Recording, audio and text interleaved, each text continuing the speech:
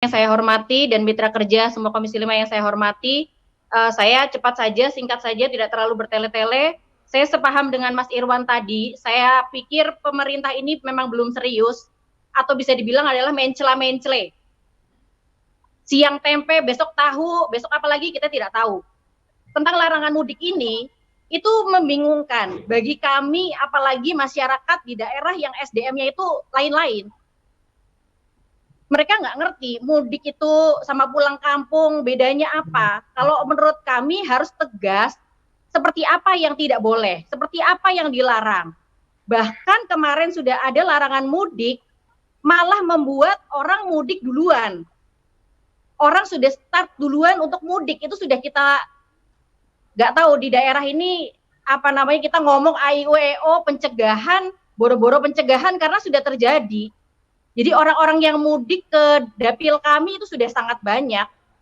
Dan bahkan di Purwokerto, daerah saya, dapilnya Mbak Novita, itu ada yang satu travel, itu semuanya positif corona mudik dari Jakarta.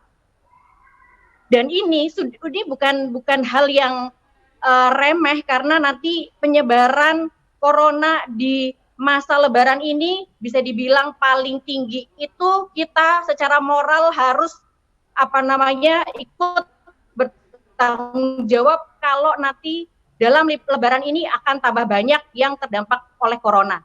Dan kalau menurut saya itu ditegaskan lagi seperti apa yang boleh untuk naik kereta, seperti apa yang boleh naik pesawat, bukan itu menteri, bukan itu DPR RI, bukan itu pengusaha atau siapapun, tapi mungkin orang yang memang ada datanya dia tidak terkena corona itu yang baru boleh pergi.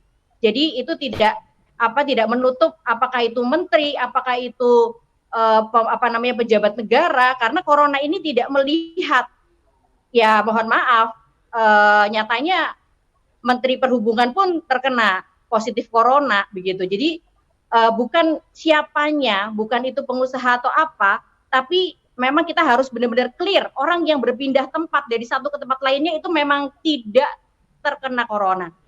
Dan yang paling terpenting adalah saya apresiasi terhadap program padat karya tunai yang menjadi prioritas kita nih, Komisi 5, para mitra-mitra kita relokasi anggaran untuk menjadi padat karya tunai. Saya mohon program ini bisa tersebar dengan adil.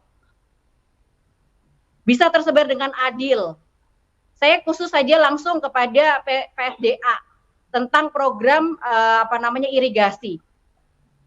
Itu ada data dari BMKG, beberapa daerah itu yang akan terdampak kemarau. Ya, mohon maaf Ketua, saya ini adalah menyampaikan aspirasi dari masyarakat kami, karena kami adalah yang terdampak kemarau. Tapi kenapa saya info bahwa daerah yang terdampak kemarau bahkan mendapatkan lebih kecil daripada daerah yang tidak ada terdampak kemarau. Itu, terima kasih Ketua.